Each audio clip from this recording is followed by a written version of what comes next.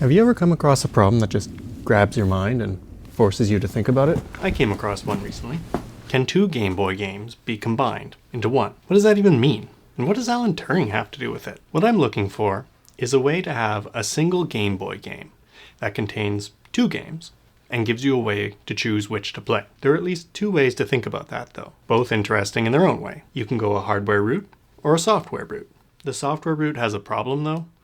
It's impossible, at least in the general case, but I'll get to that later. For now, I'll start with the hardware route. The hardware path is to create a custom cartridge that contains two games and gives you a way of picking which one to play. One way to achieve that is to cram the insides of two cartridges into a single cartridge. Would that even work? What's inside a normal cartridge? There's the ROM chip, a RAM chip, a battery, and another chip called the memory bank controller, or MBC. The ROM chip has all the game code and stuff like graphics. The RAM chip is used to store save data.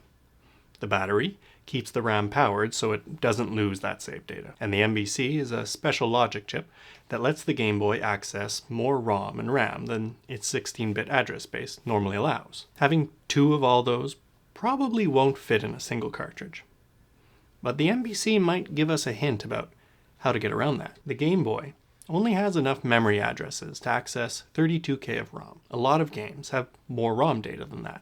So the MBC lets the game change what chunk of the full ROM is visible to the Game Boy, even if the cartridge has a large ROM chip in it, storing megabytes of data. The Game Boy only sees 32K of that at a given time. The MBC just swaps out which 32K of the big ROM chip is visible. So, why not just put both games on a single ROM chip, then use a special purpose MBC to pick which game is visible to the Game Boy? Same thing for the save RAM. If you want to see a cartridge that can do that and already exists, I have a video about Allison's bootleg cart, or ABC. Allison used an RP2040 as a super MBC and made it support multiple games on the same ROM chip. If you wanted to design and build your own cartridge for this from scratch, you'd need a non-volatile memory chip like flash memory. It needs to be big enough to hold both the game ROMs. You need some save RAM big enough to accommodate both games, and you'd need MBC functionality. I'm not really sure what modern game cartridges use for their MBCs, but they do it somehow, and so can you. And finally, you'll need some way to control what game is being accessed. You could add that functionality into the MBC and also have a little bootloader ROM to let you select games. That might be a bit annoying though. Let's say you're combining two ROMs that are 4 megabytes each. So to fit both, you'll need an 8 megabyte ROM chip, but that only gives you enough space for the two games. You don't have enough for the bootloader. You could get a bigger ROM chip. The thing is, you can't get one that's a little bit bigger. You can only get one that's twice as big, so 16 megabytes. I doubt that the bootloader is going to be 8 megabytes big. It's okay to waste that space though. Honestly, it's hard enough finding memory chips that will work at all. They're not exactly high demand, cutting edge stuff. So you may need to do some adjustments to the design based on what you can find. Once you have the hardware sorted, you'll need to get your MBC replacement to boot the cartridge into the bootloader and have a way for the bootloader to tell the MBC what game it should load. Easy peasy. If you don't want to deal with all that hand waving, you could simplify things with a physical switch to pick what game to play. If you're using the 8 megabyte chip to store both games, you'll need to hook up the switch to the chip's highest address pin. That lets the switch control if the Game Boy sees the lower 4 megabytes of the ROM chip or the higher 4 megabytes. You'll have to do a similar thing for the save RAM too. More hand waving, that brings us to the software approach, the impossible bit. But before that, if you've enjoyed listening to me ramble, remember to like and maybe subscribe. And if you really enjoyed it, you might think about supporting me on Ko-fi or Patreon. Links in the description. Back to the impossible things. The idea is to take two ROM files and massage them so that they can be combined into a single ROM file, plus a bootloader. Right off the bat, this is going to be impossible if the two ROMs are too big. So let's assume that the two ROMs and the bootloader combined are 8 megabytes or less. If we don't dig too deep, this doesn't seem so hard. All we need to do is split up our ROM banks, give the first bank to the bootloader, give the next whatever number of banks to the first game, and the rest of the banks to the second game. Then we just need to do some processing on the ROM files to find all the places where the code is changing the current ROM bank and change it to go to the different ROM bank in the range that we assigned to the game. That was easy to say, and maybe it even made sense to you.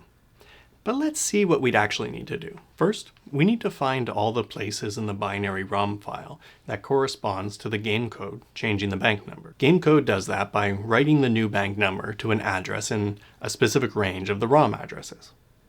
That might seem strange, since it would be writing to an address that's supposed to be for read-only memory, but it's fine. Don't worry, totally normal.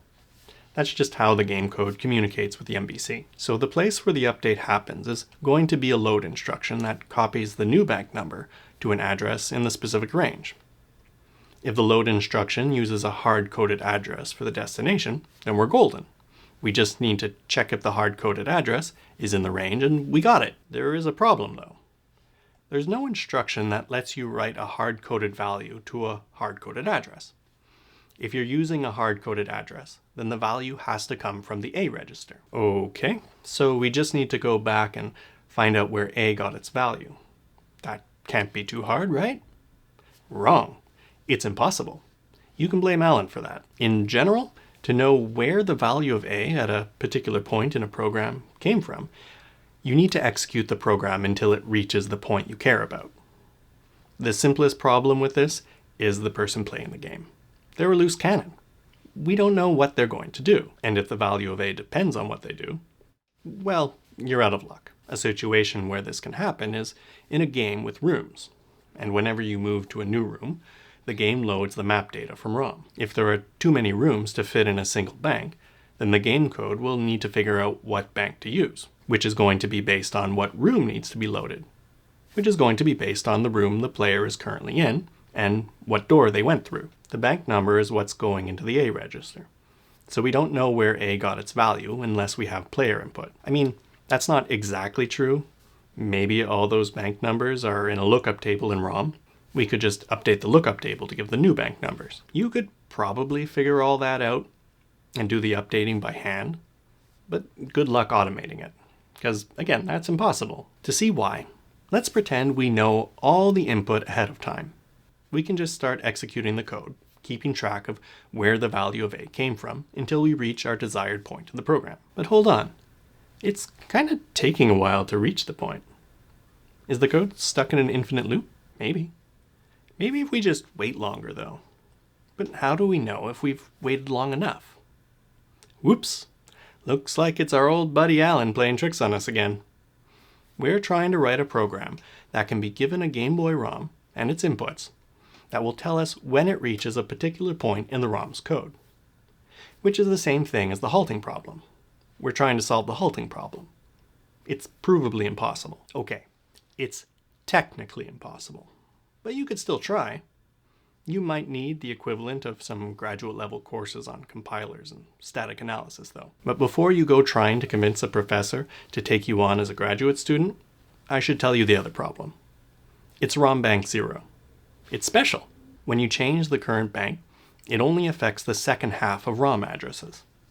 The first half always accesses ROM bank 0.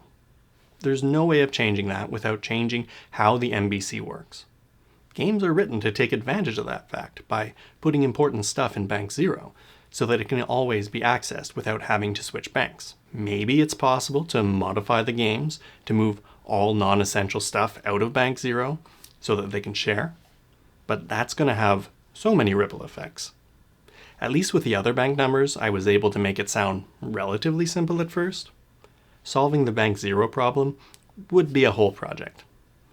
And that's not even mentioning the interrupt handlers and RST vectors. Plus, you'll need to do something for the cartridge RAM too. Okay, you can get back to that PhD program application now. Hopefully, this was an interesting trip riding my thought train. This all started with a post on Blue Sky. I'll link to it in the description if you're interested.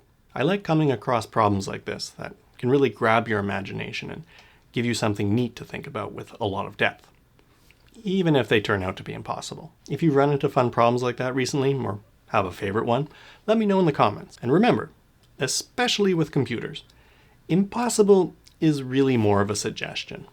It never hurts to try anyway. you might get pretty far before our old friend Alan gets in your way. Bye!